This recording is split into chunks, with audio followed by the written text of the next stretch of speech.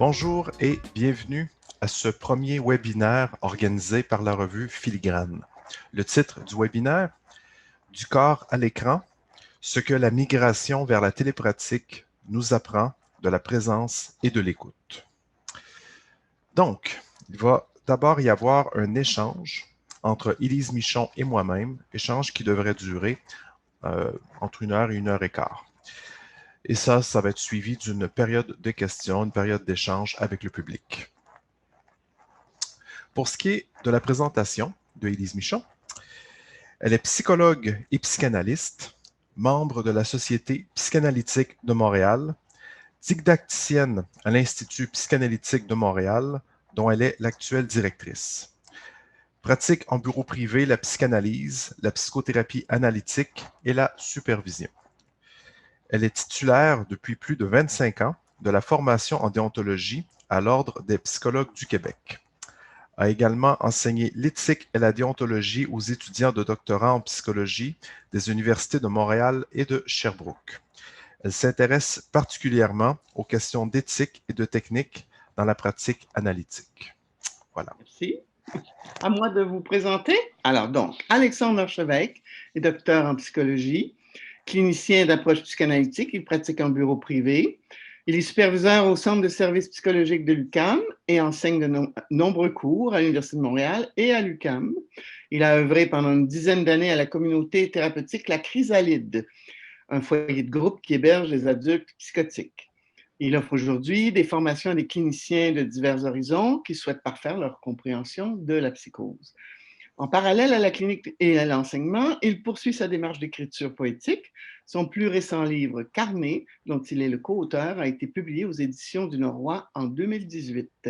Il est membre du comité de rédaction, bien entendu, de la revue Filigrane, qui nous reçoit aujourd'hui. Merci beaucoup. Alors, nous sommes prêts. On va se lancer avec une première question.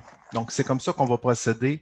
Quelques grandes questions pour voir qu'est-ce qui se passe, qu'est-ce qu'on observe. Vous savez, hein, c'est fragmentaire, les connaissances qu'on a à ce stade-ci concernant la télépratique. On en fait tous l'expérience, de manière peut-être un peu forcée. Alors, des réflexions, des questionnements, plus que des connaissances bien établies. Alors, comme première question, avec la thérapie par visioconférence, qu'advient-il de l'espace et de la distance? Sommes-nous plus près ou plus loin? Ah oui, c'est moi qui dois répondre à ça? Okay. Ben, ouais. Ben, comme Alexandre, je tiens à dire qu'on est en plein dedans et qu'on n'a pas de recul et on ne peut pas avoir une réflexion vraiment très poussée avec beaucoup de vision après coup de tout ce de ce qu'on est en train de vivre en ce moment. Alors donc, il faut prendre les choses aussi à partir de là où on est.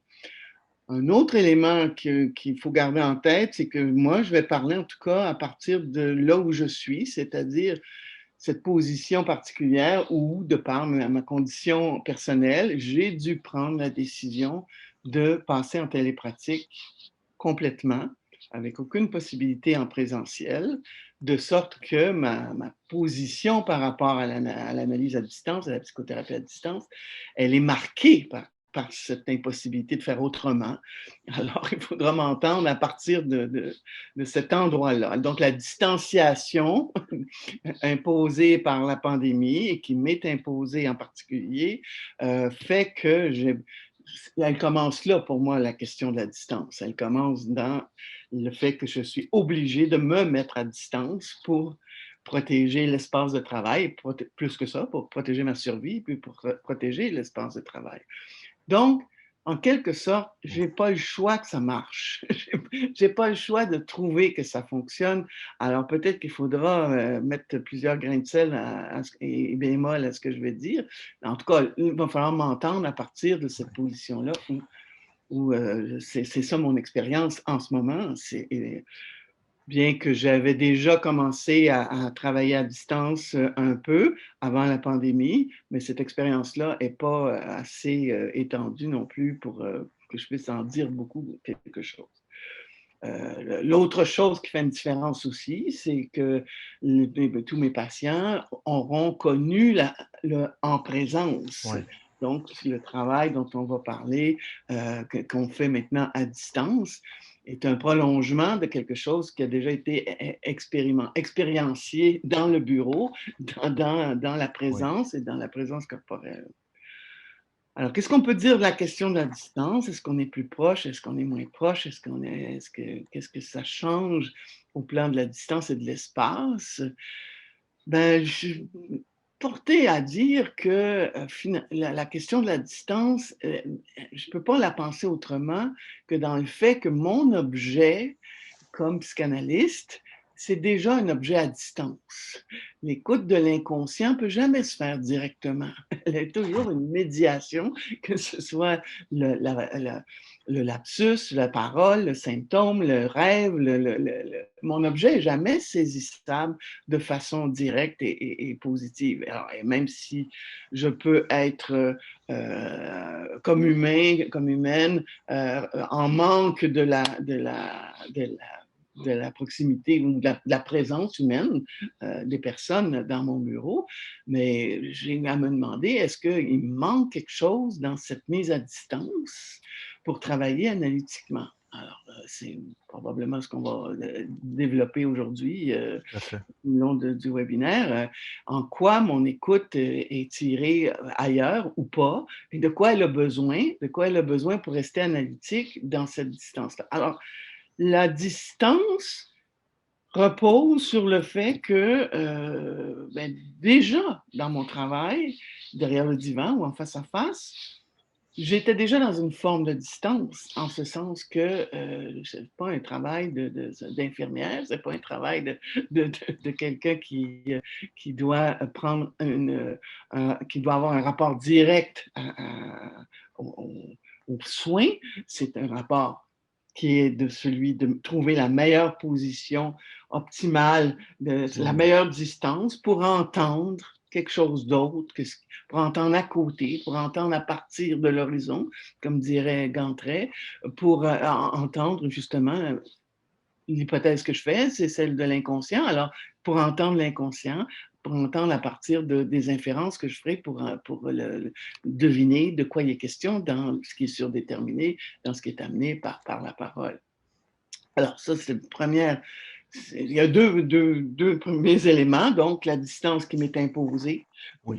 la distance qui est le normal de mon travail, et Mhm. je dirais la distance affective que je dois aussi réfléchir, penser, en ce sens que on pourrait penser que dans ces temps de pandémie, dans ces temps de mise à distance où on est privé du rapport qu'on a habituellement, est-ce qu'on a tendance à se rapprocher dans Oui. la communication à distance? Est-ce qu'on a tendance à vouloir en faire un peu plus? Est-ce qu'il y a une fausse familiarité dans le dispositif qui pourrait Mhm. dérégler la question de la distance? Ben, je pense que c'est des choses qu'il faut examiner, puis bon, on pourra peut-être en parler Ah oui. plus en détail de comment ça joue ça. Mais je pense que ça pose aussi toute la question de, de, de l'empathie, de comment on fait avec le pathos, comment on fait avec la Mhm. souffrance, et qu'est-ce qu'on porte de ça à distance. Oui. Je me rends compte aussi que ma question, première question, est assez étourdissante parce que c'est immense en fait. Tout ça, là, la distance comme telle, la distance physique, la distance psychique, mais aussi le contexte très particulier de la pandémie. On ne fait pas juste parler on va dire de la visioconférence ou de la télépratique. On parle d'un contexte, c'est ça, d'un contexte très particulier où la proximité physique peut être dangereuse. On parle de se protéger soi-même, mais c'est aussi de protéger les patients. Exact. Qu'est-ce que ça représente que d'être en présence de quelqu'un d'autre? Dans le contexte actuel, il y a un danger réel au fait de faire du tort à l'autre de par le simple fait de partager le même espace. Alors, ça en soi, c'est pas banal. Donc, oui, on parle de la télépratique, mais dans un contexte qui, en soi, est vraiment singulier. Oui, ça fait un laboratoire en même temps. Effectivement, il y a le contexte contexte de la pandémie, mais je pense qu'il y avait de plus en plus d'expériences faites autour de la thérapie à distance dans toutes les Oui. approches, mais aussi dans l'approche analytique. La formation qu'on souhaite donner de plus en plus loin, que ce soit pas réservé aux grands centres, posait cette question de l'analyse à distance. Alors, ça nous permet d'expérimenter de force des choses Oui. et d'essayer de penser un peu ce qui s'y passe. J'ai envie de rebondir sur un élément que vous avez amené concernant, c'est ça, là, la distance qui est déjà dans notre travail, la distance pour bien entendre, pour bien écouter. Parce que oui, effectivement, on a besoin de créer cet espace-là, un espace d'écoute. Et puis, ça m'amène vers ça, donc la distance comme telle qu'on a avec les autres, qu'on a avec les gens que l'on reçoit.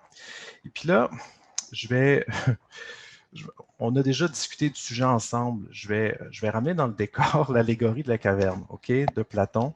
Et puis, n'hésitez pas pour corriger ma perspective, parce que, bon, je ne suis pas psychanalyste, mais j'essaie de me faire une idée de c'était quoi l'écoute analytique, mais vraiment dans la perspective d'un psychanalyste qui pratique donc, on va dire, la cure classique.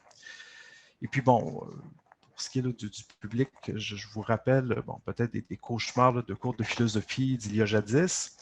Mais bref, pour ce qui est de l'allégorie de la caverne de Platon, ce que Platon nous raconte dans un des livres de la République, le 7e, je crois, mais je suis plus sûr, c'est que, bon, donc l'allégorie, métaphore pour parler de l'accès à la connaissance. Ce qu'il nous décrit, Platon, c'est donc une mise en situation dans laquelle il y a des esclaves qui sont au fond d'une caverne. Ils ont toujours été au fond de cette caverne-là. Et la seule connaissance qui leur est accessible, ce sont des ombres projetées sur le mur.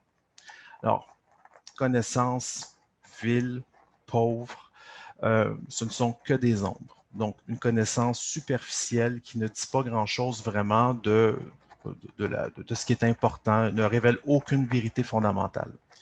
Donc, ce qu'il décrit par la suite, Platon, c'est on prend un de ses esclaves, on le libère et on l'amène progressivement vers la lumière du jour. La lumière du jour, elle est très directe, elle est forte, elle est difficile à supporter, mais c'est la lumière qui donne accès à à la vraie vérité, pour le dire comme ça, avec une redondance. Donc, je pars de cette allégorie-là, puis j'essaie de replacer l'écoute analytique, de bien resituer. Donc, les ombres sur la paroi de la caverne, ça pourrait être compris comme étant l'observation directe du monde physique, l'observation, on dit positiviste du monde physique. Et puis, la lumière du jour, c'est l'écoute, c'est le discours, c'est de recevoir ce discours, c'est de procéder à un exercice d'association, c'est d'amener le patient à faire aussi de son côté un exercice d'introspection. Donc, partant de là, c'est à se demander, cette écoute qu'on peut, à laquelle on a accès dans un dispositif idéal, qu'est-ce qui advient de cette écoute-là lorsqu'on se retrouve en télépratique, alors que, dans le fond, l'image à l'écran, c'est vraiment une image dérivée, on va dire, d'un corps réel. Ce n'est pas la voix réelle. Encore là, c'est une voix dérivée à laquelle on a accès. Donc, est-ce que, dans le fond, l'expérience de la visioconférence, est-ce que c'est un appauvrissement par rapport à ce que l'on retrouve dans notre bureau en temps normal? Donc, je ne sais pas ce qu'on pourrait dire à partir de là, mais dans l'idée que je m'en faisais, donc de la cure classique, c'est qu'en fait, le matériel à partir duquel on écoute, c'est vraiment le discours du patient et on essaie d'y avoir accès sans source d'interférence, sans trop d'intermédiaires, on l'espère. Bon, ben, si vous avez envie de dire que vous n'êtes pas psychanalyste, moi j'ai envie de dire que je ne suis pas philosophe. Alors j'ai peut-être des limites, des limitations à jouer avec l'allégorie comme telle, mais ce qui me frappe, c'est le passage du visuel à l'écoute, puis de l'écoute au visuel. Alors, l'allégorie de la caverne que vous utilisez fait référence à voir ou pas voir, avec plus de lumière ou moins de lumière. tout en utilisant le mot écoute à plusieurs reprises dans ce que Oui. vous avez dit. Clin d'œil à la revue Filigrane, dont le sous-titre c'est Écoute psychanalytique. Je pense qu'on fait un métier d'écoute. Alors, quand on veut voir quoi? Qu'est-ce que ça veut dire voir? Qu'est-ce que ça veut dire savoir? Qu'est-ce que ça veut dire illuminer la scène ou Oui. éclairer l'autre sur... bon, ben, toutes ces métaphores-là sont certainement à prendre en compte dans notre réflexion. Mais la question fondamentale pour moi, c'est, vous disiez qu'est-ce que la cure type, là, bon, moi, j'en fais pas. Comme dirait Lacan, le seul type dans la cure type, c'est l'analyste. C'est le thérapeute, c'est la personne analysée qui va être capable de mettre au service de l'autre sa capacité d'analyser ses résistances à écouter l'inconscient, à écouter ce qui se dit. Alors, c'est pas un titre réservé, ce psychanalyste, puis c'est pas, je pense pas que ça vient cadrer quelque chose, puis déterminer qui peut écouter, qui peut pas écouter. Je pense que l'important, c'est comment. Parce que fondamentalement, dans cette écoute-là, ce qu'il y a au cœur, c'est une éthique. Une éthique qui dit ce que cette situation-là, qu'elle soit en face à face, qu'elle soit sur le divan, ce qu'elle crée, c'est un vacuum au transfert. C'est un appel au transfert. C'est que ce transfert-là, je peux en user de toutes sortes de façons. C'est-à-dire que je suis à ce moment-là dans une position d'hypnotiseur possible. Je peux avoir un ascendant de toutes sortes de manières sur ce qui y est dit, alors que sur ce qui s'y vit aussi, pas juste ce qui s'y dit dans la situation, et que, bon, ben, ce qui soutient mon écoute, ce qui devrait soutenir mon écoute, c'est à chaque fois de me demander, mais pourquoi j'ai envie d'éclairer tel objet ou de me saisir de telle parole ou de me saisir de tel problème? Qu'est-ce qui fait effet sur moi qui me donne envie d'éclairer celui-là plutôt que celui-là, d'agir comme ça plutôt que d'agir comme ça, de proposer le divan plutôt que le face-à-face et vice-versa? Il y a à chaque fois prise de la résistance, autant celle du patient que celle du thérapeute,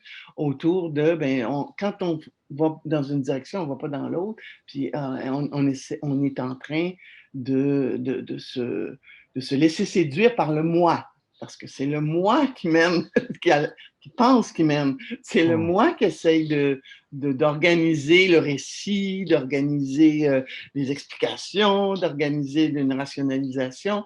Puis nous autres, il faut qu'on essaye de ne pas être dans le moi, de ne pas être que dans l'écoute qui va re-rationaliser par-dessus, re-expliquer par-dessus, qui va apporter la vraie vérité, comme vous dites, par-dessus. Non, je pense que c'est une position de refus de savoir qui permet cette écoute-là. Alors, j'ai envie de dire, c'est comme ça que j'ai envie de jouer avec l'idée de voir par rapport à écouter, savoir, toucher le vrai objet, que finalement, c'est que dans une position de refus de savoir que je vais entendre plus loin. Parce que le patient, il ne sait pas qu'il sait, mais il sait. Il sait ce qu'il dit, mais il ne sait pas qu'il sait ce qu'il dit. Puis il ne sait pas ce qu'il est en train de dire parce qu'on doit lui laisser de la place pour que ça aille à l'association suivante. Puis donc, pour ça, il faut se taire. Il faut être dans l'écoute. Il faut être capable d'être dans la passibilité, comme diraient un de mes collègues, qu'on soit capable d'être passible de ce qui se passe là et non pas dans l'envie d'éclairer, l'envie de vouloir faire quelque chose pour montrer cet objet-là. Mais vous jouez avec l'idée du visuel plus, j'imagine, parce que les séances en face-à-face et en visio vous amènent à penser quelque chose autour de qu'est-ce que ça fait d'être observé, d'observer, d'être... Disons, ça amène une conscience accrue par rapport à l'image, en mon sens. Mais c'est une image qui est franchement particulière. Il y a un corps, bien sûr, mais c'est pas tout à fait le même corps. Et mon corps, à moi, n'est pas non plus impliqué tout à fait dans la même façon non plus. Et c'est là, je trouve que l'expérience est vraiment singulière. Puis vous parlez aussi de la résistance, puis ça m'amène presque à m'inquiéter parce qu'en fait, après une période d'acclimatation, plus ou moins, bon, ça n'a pas été si long que ça, là, avec le passage à la télépratique, mais quand même, dans les premiers temps, c'était plus épuisant là, d'adopter ce dispositif-là. Mais aujourd'hui, pratiquer à distance, du moins avec la visioconférence, je trouve ça moins épuisant que ce l'était de pratiquer en face à face, en personne, je veux dire, là, vraiment dans le bureau. Donc, cette fatigue moins grande me questionne. Ça m'amène à me demander, est-ce qu'effectivement c'est au service de certaines défenses que je peux avoir? Euh, Qu'est-ce qu'il y en est? Je me verrais même, après la pandémie, si éventuellement on en vient à bout, je me verrais peut-être accéder assez facilement à une demande de suivi comme ça pour différentes raisons, une demande de suivi à distance, par visioconférence, parce que justement, c'est moins épuisant, c'est moins demandant. Mais je dis ça pour moi, hein. Moi, je le vis comme ça. Pour moi, c'est moins exigeant, c'est moins demandant, je suis moins fatigué après une journée là, de travail, mais c'est peut-être pas la même chose pour tout le monde. Je parle vraiment de moi, comment j'entre en contact avec l'autre. Puis par rapport à ça, ça m'amène à une autre question qui est quand même assez, quand même assez fondamentale, puis j'ai envie de vous la poser. Euh, qu'est-ce que, qu'est-ce que on va dire, la visioconférence vous a appris de votre écoute? Parce que justement, vous en parlez des conditions de l'écoute. Qu'est-ce que ça vous a appris par rapport à ça? Qu'est-ce qui est, de quoi vous disposez comme nouvelle connaissance? Ça va se rattacher à ce que vous venez de dire sur la fatigue. Effectivement, j'ai entendu beaucoup de collègues dire ça, comment c'était plus fatigant au départ de s'adapter à... Bon, moi, dans la vie, je suis technophile, alors je n'avais pas vraiment de réticence par rapport à la technologie. Et puis, ça n'a pas été si lourd d'installer les affaires. Là, le téléphone encore moins. Le téléphone pour les patients sur le divan, tous les patients sur le divan ont choisi le téléphone et on peut le comprendre, c'est plus proche de leur expérience dans le bureau, mais installer la visioconférence n'a pas été un problème. Ce que j'ai remarqué de différent, puis ça rejoint peut-être ce que vous disiez tantôt, c'est, je ne m'attendais pas à ça, à une forme de soulagement suspect. Mais c'est quoi ça, ce sentiment d'être en vacances alors que j'ai l'horaire Hmm. aussi rempli?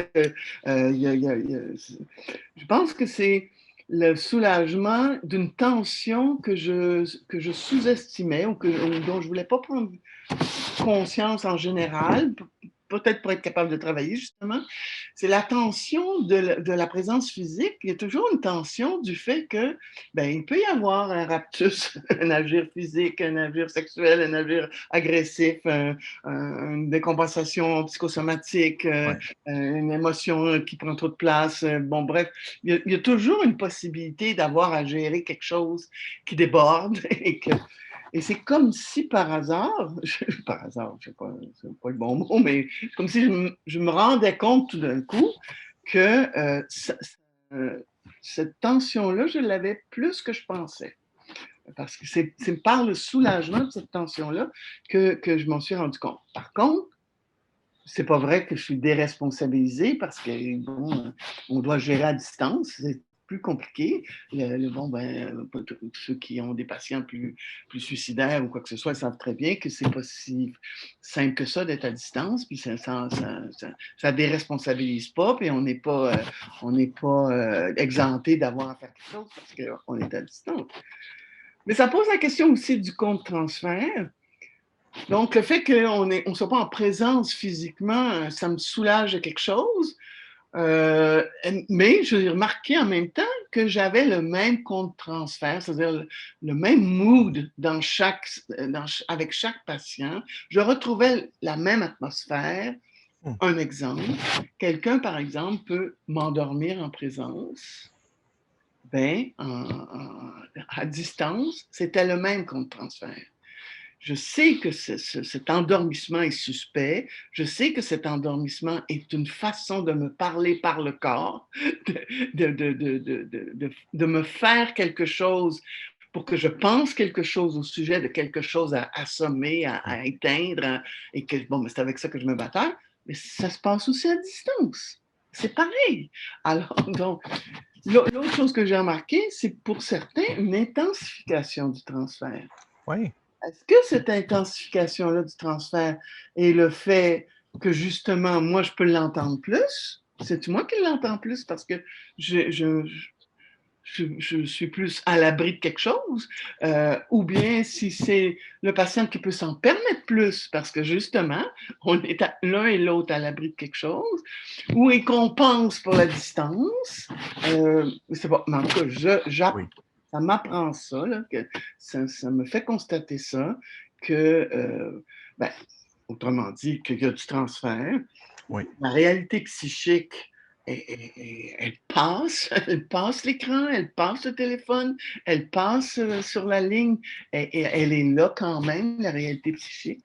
À moi de trouver ce qui me permet de continuer à écouter ça de façon analytique et d'entendre quand est-ce que les effets de l'inconscient viennent me parler et me permettre d'en dire quelque chose pour aider l'autre, pour bon, éclairer, pour reprendre votre exemple de la caverne. Ouais, je dirais que ça m'apprend ça, ce jeu-là là, du proche-loin. OK. Donc, un transfert qui est maintenu, mais avec des intensités variables, selon, évidemment, des paramètres qui sont, à ce stade-ci, assez difficiles à identifier.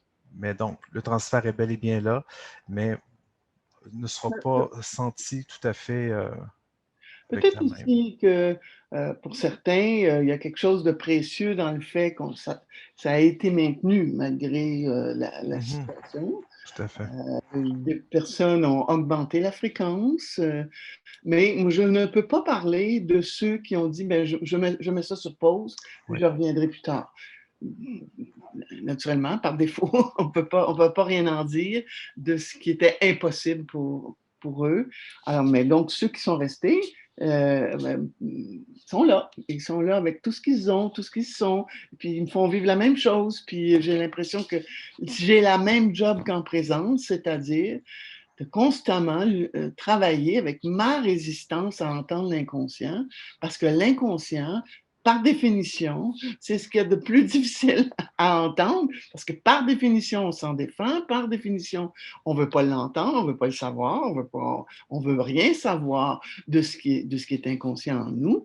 Alors, à plus forte raison, cette écoute-là dans le rapport à l'autre est contraire à l'écoute l'écoute normale, c'est la moins normale des écoutes, d'essayer d'entendre autre chose que le récit moïque qui est toujours tenté de prendre toute la place.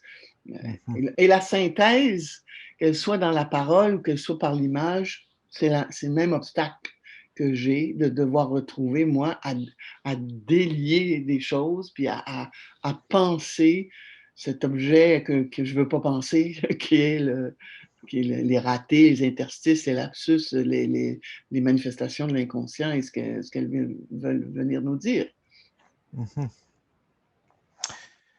Je vous écoute, juste une petite parenthèse, hein, parce qu'on se l'est dit déjà, mais ni un ni l'autre, on a amorcé des suivis au cours de la pandémie, des Exact, suivis en ligne. Puis, je exact. suis assez d'accord pour dire que oui, le transfert est maintenu, qu'il va y avoir une variation d'intensité, oui, mais je me demande, lorsqu'on amorce un suivi à distance, comment ça s'instaure? Est-ce que ça s'instaure dans les mêmes modalités? Est-ce que ça va se faire plus rapidement, moins rapidement? Qu'est-ce qu'il y en est de ça? On s'entend, on est au tout début. Peut-être ça va être de voir dans la période là, de questions et de commentaires si il y en a qui veulent se prononcer là-dessus puis Ouais. partager leur expérience. Mais moi, par rapport à ça, j'ai rien à partager là, de particulier. Euh, Juste peut-être pour revenir avec cette question-là, je vais être fatiguant, je vais revenir avec le corps. Là. Mais Mais je vais peut-être juste oui, commenter la question oui, de, effectivement, commencer un travail analytique à distance avec quelqu'un qu'on n'a jamais vu, mettons qu'on est au téléphone, oui, des fois, je serais tenté de penser que dans l'absolu, ça devrait être possible, puisque l'inconscient passe par la parole, principalement par la parole. Alors, mais je ne l'ai jamais vécu. Alors, oui, j'aimerais entendre les collègues. Comment on fait pour instaurer un climat analytique? Comment on fait pour incarner la présence-absence que ça prend pour que l'autre s'écoute parler? Hein? Parce que au début, il nous parle, on veut qu'il s'écoute parler, on veut qu'on découvre à qui il parle au fond. Alors, pour ça, il faut être un peu en retrait. Comment on fait pour être en retrait au téléphone? Comment on fait pour être dans cette présence-absence, dans la visio? Bon, moi, comme je disais, mes patients, ils l'ont connu dans le bureau, ça. Alors, on est dans la suite des choses. Mais comment on fait avec de nouveaux patients? C'est une très bonne question, ça. D'autant que je pense qu'il y a des jeunes qui sont tentés de commencer des pratiques uniquement à distance.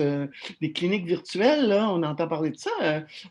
En analytique, je ne sais pas, mais c'est une bonne question. Puis avec, on va dire, l'augmentation fulgurante du nombre de demandes là, depuis le début de la pandémie, c'est sûr qu'il y a eu beaucoup d'amorces de suivi depuis. Alors, oui, sans doute qu'il y a des expériences à partager à ce niveau-là. Pour répondre à la question, c'est ça, qu'est-ce que la télépratique a pu nous apprendre là, de notre capacité à écouter, puis encore c'est ça, je revenais avec la question du corps, puis de son importance relative. J'en viens, c'est ça, ça m'a aidé, la télépratique, à en venir à cette formulation-là. En fait, que mon corps me sert de garde-fou. Puis garde-fou, moi étant le fou là-dedans, au sens où le corps est une balise. Ça aide, en mon sens, à bien gérer, je reviens avec la première question, ça aide à gérer la distance pour moi. J'ai l'impression que déjà en étant présent dans le local avec un patient, la présence corporelle permet déjà de poser une certaine distance. Oui, il y a toujours un travail de régulation à faire. Il y a de quoi à gérer, c'est sûr. Puis, comme vous l'avez bien dit, il y a un risque. Hein, il peut y avoir un risque d'agir, il peut y avoir plein de choses. Mais déjà, d'avoir les corps en présence, pour moi, simplifie la tâche. Puis, je me lance dans une image, là, puis c'est comme si mon corps sert d'instrument ou de capteur, de caisse de résonance. La musique se fait entendre, on va dire, dans mon espace psychique, mais par le biais du corps. Puis cet espace psychique-là a une élasticité variable, ça va parfois être plus contracté, plus dilaté, selon toutes sortes de choses qui vont se passer dans l'espace de thérapie. Mais c'est ça, ça passe quand même par le corps. Donc, contact, comme ça, en partageant le même espace, écoute qui se met en place avec ses variations, avec ses fluctuations. Ce que j'ai remarqué dans la télépratique, puis ça m'a un peu quand même déstabilisé, il faut bien le dire comme ça, c'est qu'en fait, à différents moments, j'en suis venu à me dire que j'étais rendu un peu trop près ou que je perdais cette notion-là de saine distance. Parce qu'en fait, je sens plus la présence autant de l'autre. J'éprouve moins. C'est dur à formuler parce que c'est dans le corps. Hein? C'est là que ça se vit. Mais bref, j'en suis venu à me dire, oups, trop proche. Je sais que l'autre est physiquement loin, mais psychiquement, là, momentanément, c'est arrivé de me dire, oups, là, c'est trop près, je dois me reculer un peu.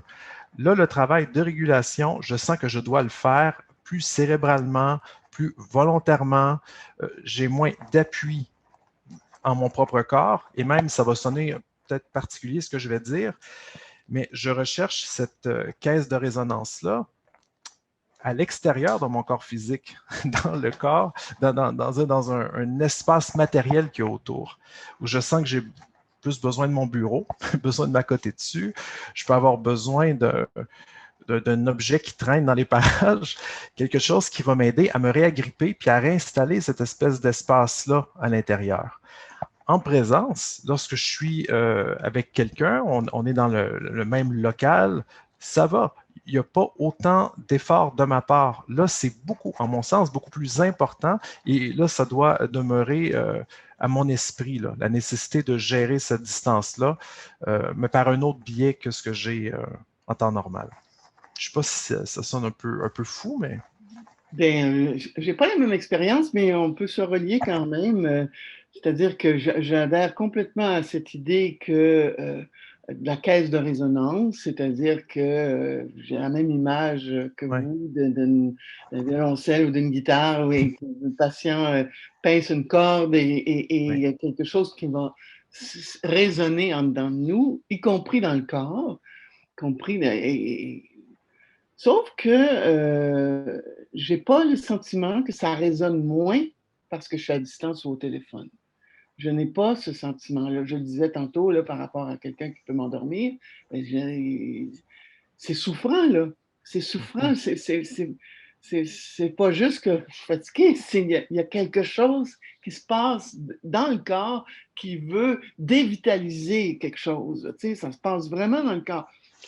Alors, la question est, c'est ça, qu'est-ce qui nous permet de rester disponible, passible de ces effets-là sur nous?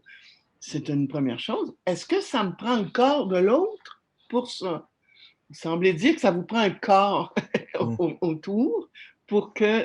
Puis ça se peut que chacun, ce qui maintient notre cadre Mm. pour que notre corps soit à la disposition aussi de notre écoute, ben c'est peut-être différent pour chacun. Bon, moi, je suis toujours dans le même fauteuil que quand j'étais en présence, je suis dans le Mm. même bureau, je n'ai pas été obligé de changer de maison ou d'être pris.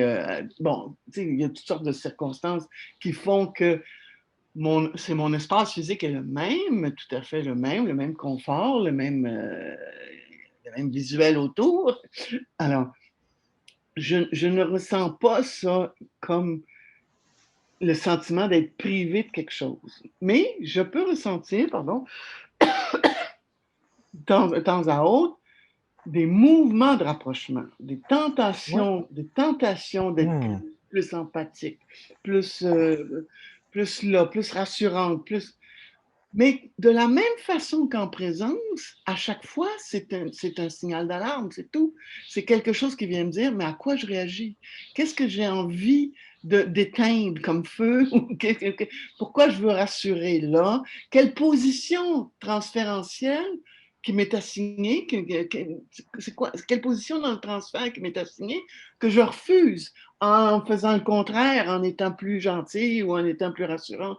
C'est chaque fois un indice de ma résistance. Puis pour moi, ben, c'est le même travail que je m'en aperçoive dans la visioconférence ou que je m'en aperçoive dans le bureau en présence de quelqu'un, ça se passe aussi des affaires comme ça. Et Mm. puis, bon, l'appel à plus d'empathie dans le traumatique, on est toujours aux prises avec ça. Est-ce qu'on s'approche plus? Mais quand est-ce et là, c'est Winnicott qui vient beaucoup m'aider dans ce temps-là. Qui me dit, ben, il ne faut jamais répondre au désir. C'est le désir de l'autre que je m'approche. Il ne faut pas répondre au désir. Mais il ne faut jamais faire défaut au moi. Et quand c'est une fonction du moi qui a besoin d'un appui pour supporter la frustration qui est en train de vivre, ben peut-être que là, ce n'est pas la même chose. C'est pas de répondre à un désir. Ça aussi, c'est ce qui me guide le plus dans mon cadre intérieur. Mon cadre intérieur, c'est pas le décor, quoique le décor doit sûrement m'aider. Mon cadre intérieur, c'est cette position qui est toujours asymptotique, qu'il faut essayer de joindre, de rejoindre, qui n'est jamais installée une fois pour toutes. Cette position où il faut pas que je réponde à. Il faut que je réponde de. C'est-à-dire que je dise quelque chose de ce qui se passe plutôt que d'agir ce qui se passe ou de répondre à ce qui se passe par un agir. Puis, être rassurant, ça peut être un agir. Se Mm. rapprocher, ça peut être un agir. C'est un agir au sens où on est en train d'éviter du psychique. Mais des fois, c'est ça qui se présente. Puis bien, on a glissé, puis Oui. on va, on va y repenser, on va en faire autre chose. C'est pas toujours une question dramatique à chaque fois, là, où c'est ça ou c'est pas ça. Ça arrive de multiples fois dans une analyse, dans une séance même, où on fait ces petits glissements-là. On n'est jamais dans une position complètement neutre tout le temps, tout le temps. Ça se peut pas, ça. Fait que, mais quand Donc, même, c'est des indices qui se passe oui. quelque chose dans le transfert. Et dans votre cas, donc, c'est votre position éthique qui vous sert d'appui pour le cadre, pour l'écoute, pour l'ajustement au fur et à mesure. C'est là-dessus que vous rabattez pour bien gérer cette distance-là. Je ne voudrais pas appeler ça ma position éthique. Je ne veux pas dire que je suis plus éthique qu'un autre. Mais ce qui m'a attiré dans l'analyse, c'est cette position éthique-là. C'est-à-dire cette position qui ne joue pas de l'autre, qui ne répond pas à la séduction, qui est capable d'entendre l'effet sur l'autre et éviter la suggestion et pour permettre que l'autre se trouve en dehors de l'appel à ce qu'on on ferme les écoutilles. Alors, cette position-là,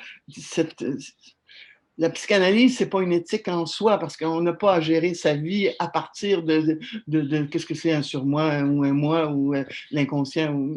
Mais la méthode analytique et le fait elle m'impose de prendre en considération que moi, tout autant que le patient, j'ai un inconscient.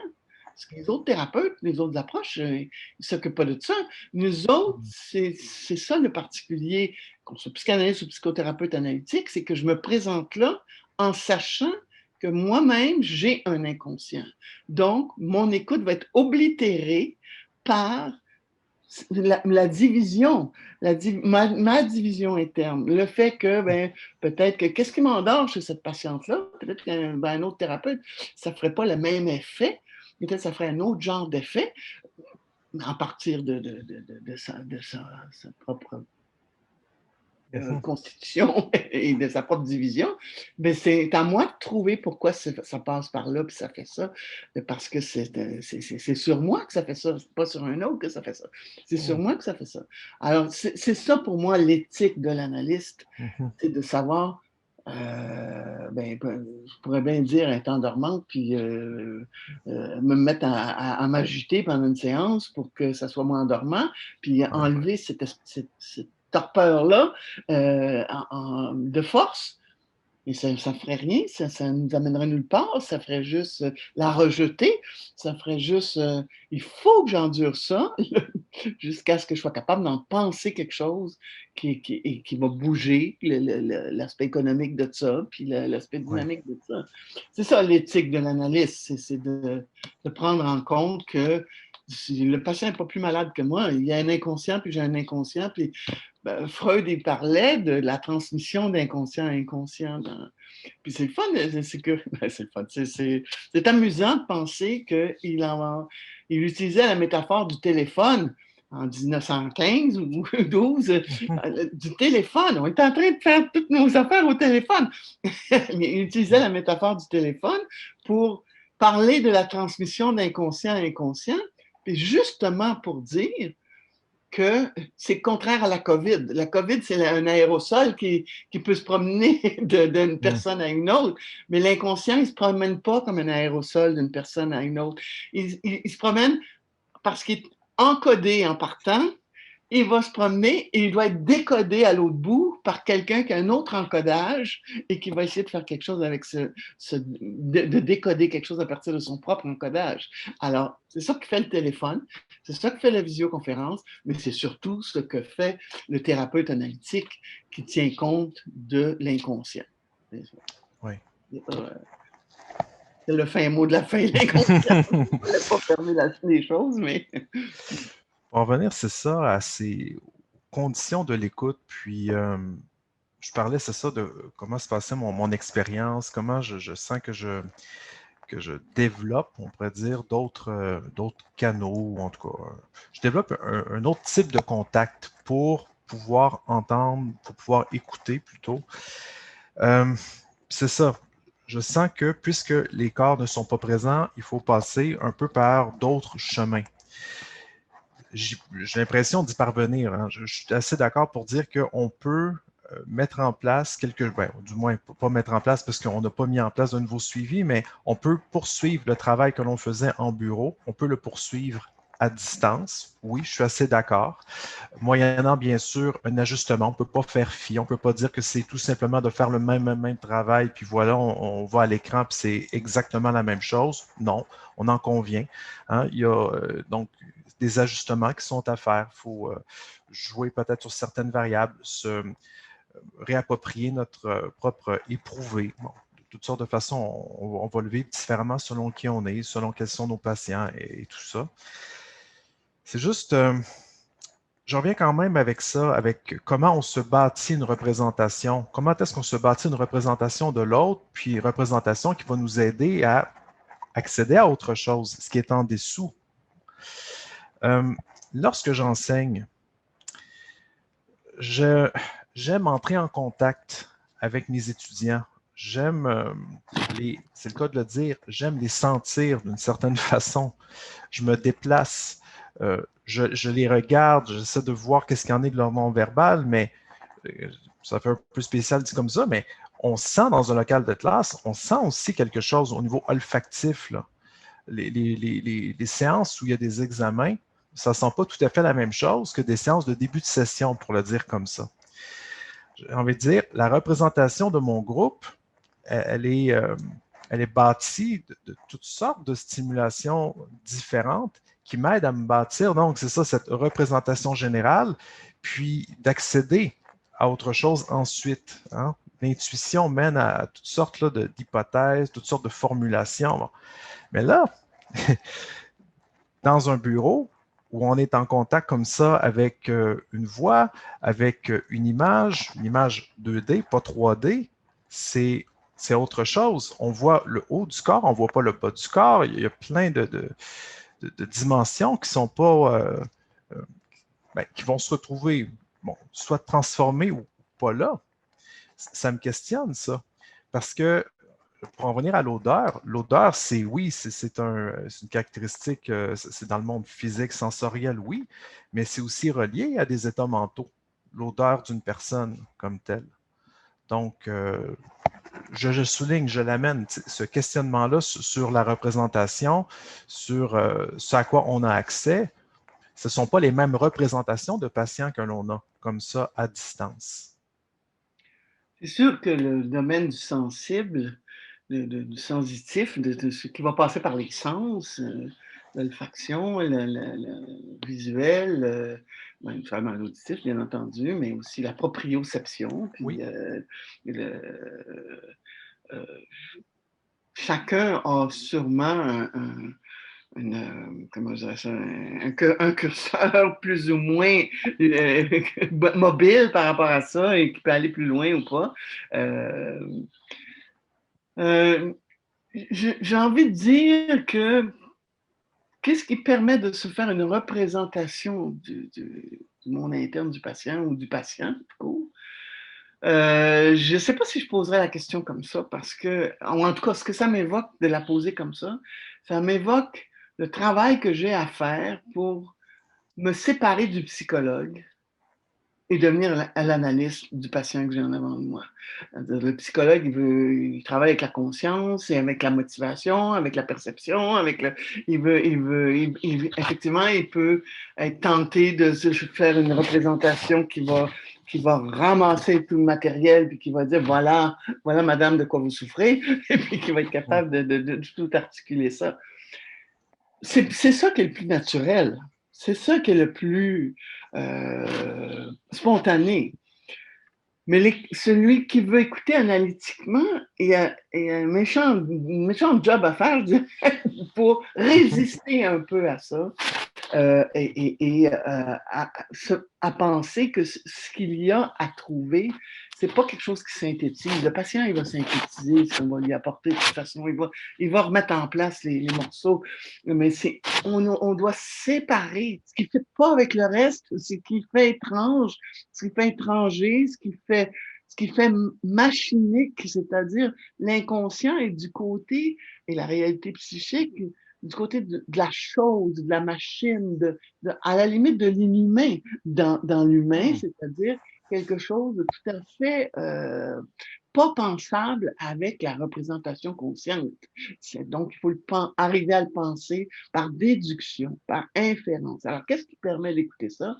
C'est d'avoir une théorie, c'est d'avoir une métapsychologie, d'avoir accès à une pensée qui va être au-dessus du conscient, au-dessus, au méta au sens de qui va pouvoir se décoller de la psychologie au sens large, de la psychologie du conscient et avoir une psychologie, métapsychologie, comme dit Freud, de quelque chose qu'on ne voit jamais directement, qu'on ne peut que deviner, inférer, théoriser, faire des hypothèses, puis voir quand est-ce que ça ouvre ça ouvre, puis ça fait bouger un peu un équilibre économique là, puis d'autres représentations là. Oups, ça a donné lieu à un rêve. Oups, je pense que c'est le mieux qu'on puisse faire, d'élousser le filet d'une chaîne consciente, d'une trame consciente qui est trop serrée, qui laisse rien passer, puis qui est obligée d'avoir des symptômes pour pas que ça remonte, pas que ça passe, pas que ça vienne. C'est comme ça que je me représente mon travail, puis c'est comme ça que je me représente la difficulté de ce travail-là, d'avoir affaire à quelque chose qui est du côté du machinique. À ce moment-là, je ne sais pas si j'ai bien compris, mais est-ce que donc, à ce moment-là, ça pourrait être même un avantage de procéder comme ça à distance? Une bonne question. Un avantage. Oui, ou dans la mesure où on a quand même accès, je ne sais pas, là, corrigez-moi, j'essaie de bien saisir comment procède votre écoute à travers tout ça, mais puisque on a accès à l'essentiel à travers on va dire, le discours du patient, le fait de procéder à distance, c'est donc une façon aussi d'éviter des sources d'interférences, vraiment des interférences qui pourraient nuire aux inférences qu'on va faire. Donc, si on procède à distance, il y a un certain avantage à ce moment-là. Je serais tenté de dire que c'est tentant de penser ça. C'est risqué de le dire. Mais ce qui m'empêche de le dire, c'est que la source d'interférence dont on parle est toujours en dedans de moi. C'est en dedans de moi, c'est pas dans le patient. Alors, je veux dire, c'est que je sois en présence ou que je sois derrière un écran ou au téléphone, c'est moi qui dois essayer de voir qu'est-ce qui interfère dans mon écoute et qui m'empêche d'entendre de quoi il est question au juste. C'est quoi le transfert négatif en tout ça? C'est quoi de quoi on me parle au juste? Bien sûr, on me parle de quelque chose dans le quotidien ou de quelque chose dans l'histoire, mais on me parle de quelque chose dans le transfert aussi. Puis c'est moi qui dois décoder ça. Donc, la source d'interférence est dans mon écoute, est dans mon oreille, est en dedans de moi. Alors, je pourrais être tenté, comme vous, de penser que j'ai plus d'espace pour penser. De la même façon que j'ai plus d'espace, apparemment, pour penser derrière un divan qu'en face à face avec quelqu'un en face à face, mais c'est pas vrai. C'est apparemment comme ça, parce qu'il y a des discours sur le divan qui vous enferment, puis il y a des discours en face à face qui vous laissent penser, alors, et qui vous permettent de penser. Donc, ça se veut facilitant de pouvoir s'installer sur un divan, de ne pas voir l'analyste. On veut permettre à la personne de ne pas tenir compte de vous, de se laisser aller dans ses pensées. On essaie de reproduire ça, que ce soit dans un meuble, avec un meuble, dans un bureau, ou que ce soit en visioconférence ou en face à face. Alors, mais une fois que le dispositif est choisi, il est toujours susceptible d'être l'objet de la résistance et de servir la résistance. Il y a du monde sur du patient, sur le divan qui peuvent tout à fait être dans une analyse asif et même chose en face à face et vice-versa. Je pense pas que... c'est-à-dire que la résistance, elle peut faire feu de tout bois, Oui. quel qu'il soit. Et ma job, c'est de débusquer la résistance. C'est de ne pas être en collusion avec la résistance. Alors, c'est difficile de ne pas être en collusion avec une résistance quand la résistance, c'est d'être sur le divan. Des fois, la résistance, ça peut être de vouloir passer de 2 à 3 fois ou de 3 à 4 fois. Deux fois, c'est de vouloir baisser. C'est au cas par cas et c'est selon ce qui est amené à ce moment-là que ça peut être pris dans... Puis bon, je rapportais l'autre jour, je vous disais, avec un petit clin d'œil, parce que je n'en sais rien, qu'un de mes collègues me disait, puis je l'ai entendu plus d'une fois, que lui, étant revenu dans son bureau, il y a un patient qui lui a demandé de rester en télépratique, parce que c'était plus pratique, justement, ou en tout cas, je ne sais pas quelles étaient les raisons du patient, mais l'analyste s'était tenté de dire que c'était de la résistance, que c'était un moindre investissement dans l'analyse s'il ne fait pas le trajet, s'il ne vient pas, s'il ne met pas ses bottes, son manteau d'hiver, puis il ne vient pas à ses séances. Peut-être pour ce patient-là, j'en sais rien. Mais peut-être que c'est notre résistance à nous. Il faut attendre de voir. Il faut attendre de voir au cas par cas. Comme il y en a qui vont utiliser l'analyse comme une résistance. Il ne faut pas aller en analyse, justement. Ça peut même être l'inverse. Alors, donc, c'est ça. Il n'y a pas d'absolu là-dedans. Je pense pas qu'on peut effectivement, je pense plus. que c'est très important de demeurer vraiment prudent. Tu sais, ça revient un peu à ce que je disais au début là, de l'échange avec la fatigue qui est moins grande. C'est difficile de voir ce que c'est bon ou mauvais signe au bout du compte, là, cette moins grande fatigue-là. Est-ce que dans le fond, le dispositif est meilleur et permet une meilleure écoute? Ou est-ce que dans le fond, non, il y a quelque chose qui se perd, puis c'est quelque chose qui serait utile pour le travail? En fait, on pourrait peut-être un peu facile de dire comme ça, mais un des dangers, c'est peut-être d'avoir la conviction d'avoir le bon dispositif, que ce dispositif-là soit à distance ou en présence. Il faut demeurer avec la préoccupation, un questionnement.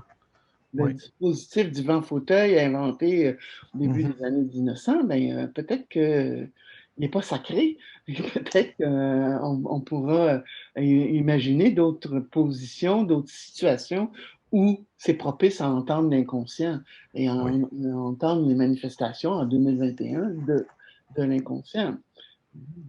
Ah, ben voyez-vous, là, ça m'amènerait à un questionnement que j'ai.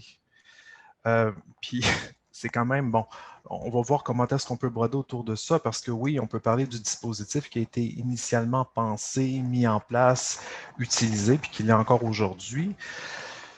Mais est-ce qu'on a affaire exactement au même être humain aujourd'hui, en 2020, qu'on avait lorsque la cure classique a été développée?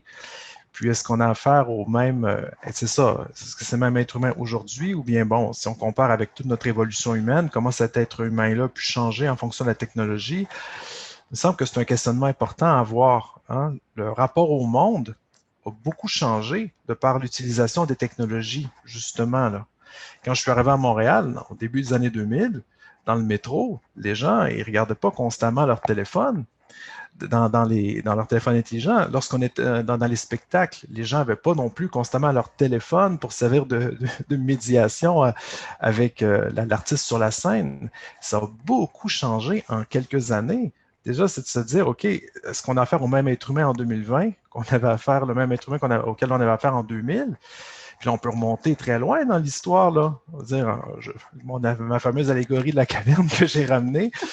Dans l'Antiquité grecque, il y a des anciens Grecs qui pouvaient apprendre l'Iliade et l'Odyssée par cœur. C'est rare de nos jours qu'on fait ça. Hein? Clairement, on a beaucoup de souvenirs, on a beaucoup de contenu, on va dire ça comme ça, en dedans de nous, mais il me semble de plus en plus, pour éveiller, pour connecter à ces contenus-là, on va avoir besoin d'un soutien externe. Je ne sais pas comment le dire. Est-ce que c'est un soutien? Est-ce que c'est quelque chose qui nous aide à aller puiser beaucoup d'informations à une certaine époque, c'était utile de les avoir accessibles. Là, on peut facilement aller les rechercher quand on en a besoin. Hein? Ce n'est pas la même chose. Ma thèse de doctorat, je l'ai écrite avec, justement, à l'ordinateur. Hein? Puis ma pensée, oui, se formait bel et bien dans ma tête, mais avec un appui à l'extérieur. J'ai vraiment eu besoin, c'était comme ça que ça se faisait. Je n'ai pas écrit ma thèse à la machine à écrire. Hein? C'est Contrairement pas, à moi. je voulais pas le dire. Mais bref, c'est ça, c'est tout un rapport au monde qui n'est pas le même. Et je me demande par rapport à ça, l'introspection dans les années 2020, c'est quoi par rapport à l'introspection qu'on a connue au début des années 2000, en 90, en 80, puis on remonte? C'est pas tout à fait la même chose, j'ai l'impression. Ça, Mais c'est une quoi au question juste? fascinante. Ça, c'est une question importante. Effectivement, l'invention de l'écriture, après ça, l'invention d'imprimerie, l'équivalent aujourd'hui, c'est l'invention des technologies de l'information et de la communication. C'est aussi majeur que l'invention de l'imprimerie, puis avant de l'écriture. Ça modifie complètement le rapport à l'expérience de soi, le rapport à la connaissance, le rapport à ce qu'il y a à l'extérieur, et puis et la cyberculture, c'est pas juste la culture de la musique numérique, c'est comment la culture nous façonne, et la culture actuelle, elle est porteuse de tous ces mouvements-là de dématérialisation. Et qu'est-ce que ça veut dire sur la psyché? Qu'est-ce que ça veut dire du mouvement de civilisation avec les extrêmes qu'on voit de part et d'autre? Et oui, je me pose cette question-là et je ne suis pas capable d'y répondre, mais qu'est-ce que ça veut dire avoir sur son divan, pour faire image, quelqu'un qui est né avec un iPad dans les mains? Hein? Quelqu'un qui a toujours lu électroniquement. Bon, il y a des gens qui me disent ben, lire électroniquement, on ne retient pas de la même façon, les choses ne s'imprègnent pas de la même façon. Ben, peut-être, à voir,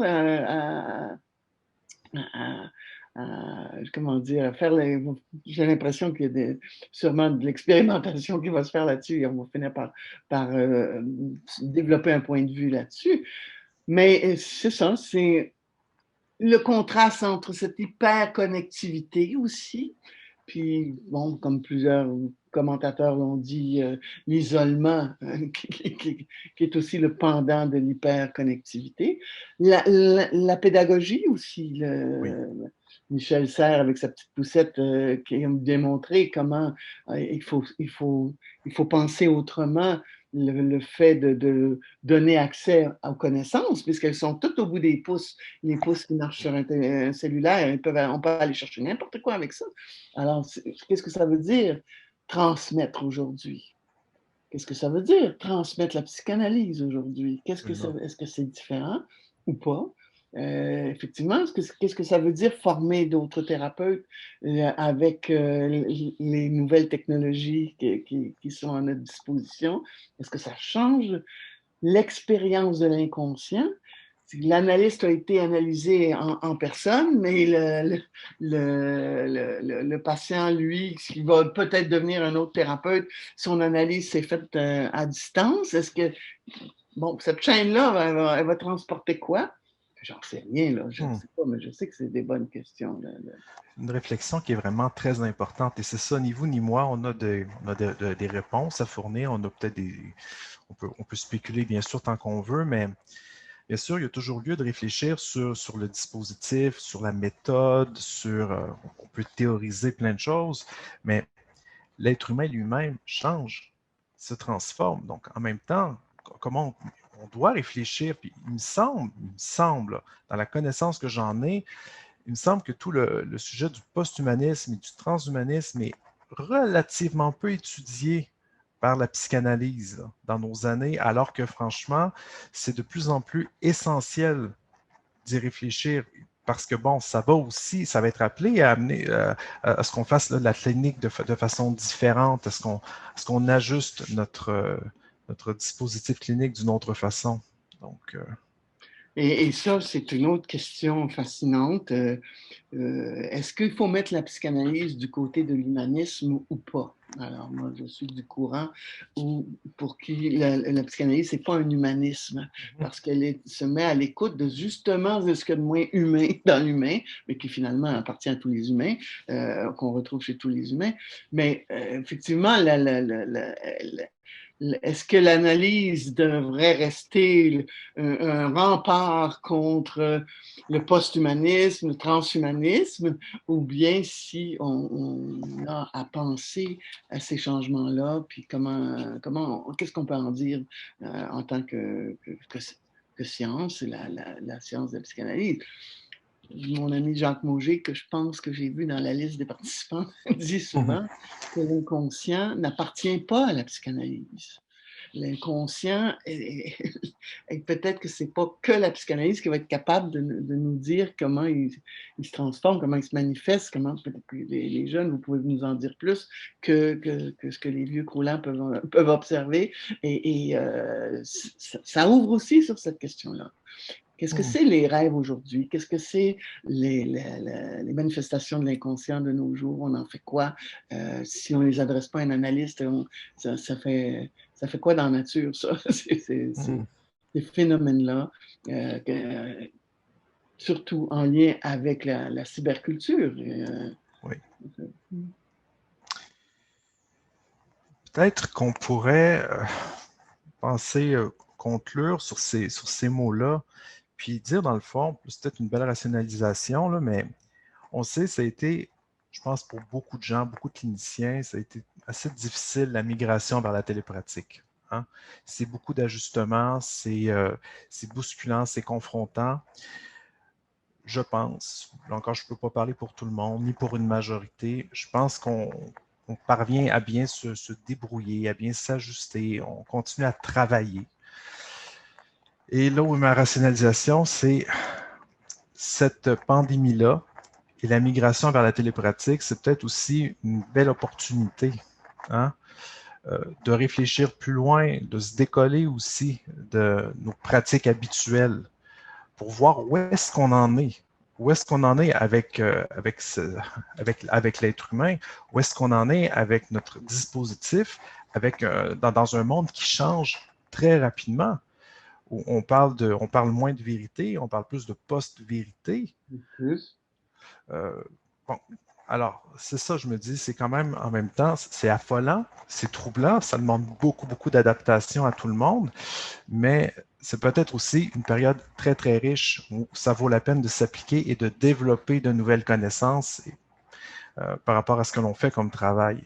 Un Puis bon, laboratoire à ciel ouvert dans lequel on se retrouve. Et puis peut-être que tous les collègues qui sont branchés peuvent participer à cette expérience-là en nous faisant part aussi tout de à leur fait. propre expérimentation. Puis on pourrait les entendre. Oui, hein?